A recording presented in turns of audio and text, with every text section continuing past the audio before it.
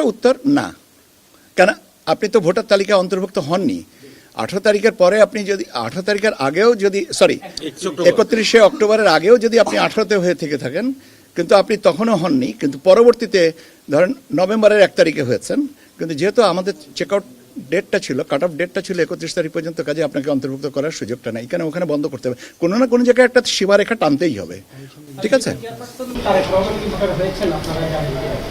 এটা এটা আমার জানা মতে না। ঠিক আছে, পারতে পারেন যদি কমিশন সিদ্ধান্ত দেয়। আইনগত আছে, আপনারা একটু ভোটার তালিকা নিবন্ধন আইনটা দেখে নিয়েন, মুখস্থ নাই আমার। ধন্যবাদ আপনাদেরকে।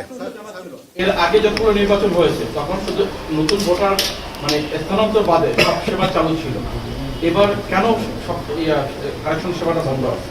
এটা কি ফেলুক? না, এটা মূলত হচ্ছে আপনার আউট অফ কান্ট্রি ভোটিংয়ের স্থানান্তরের সাথে আপনার যেহেতু নাম পরিবর্তনের বিষয়টা আছে এবং পেশার অন্যান্য বিষয়গুলো আছে, সেই কারণেই এই জিনিসটাকে দেখা হয়েছে যে যেন এই জিনিসটা হয়।